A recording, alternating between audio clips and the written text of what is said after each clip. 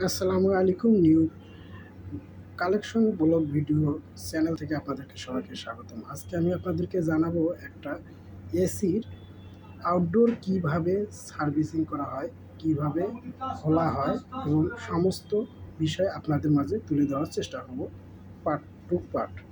আপনারা অবশ্যই আমার ভিডিওটা দেখে অনেক উপকৃত হবেন।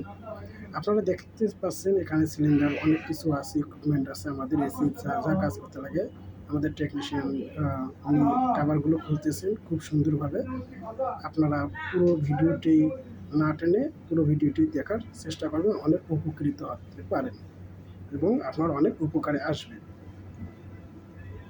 যেহেতু আমরা আজকে এটা করব যে আমাদের কম্প্রেসারটা চেঞ্জ করব, সেজন্য যেহেতু খোলা হচ্ছে সেজন্য আমরা নতুন কম্প্রেসার লাগাবো, সেজন্য একবারে আমরা মাস্টার সার্ভিসিং করে দেব।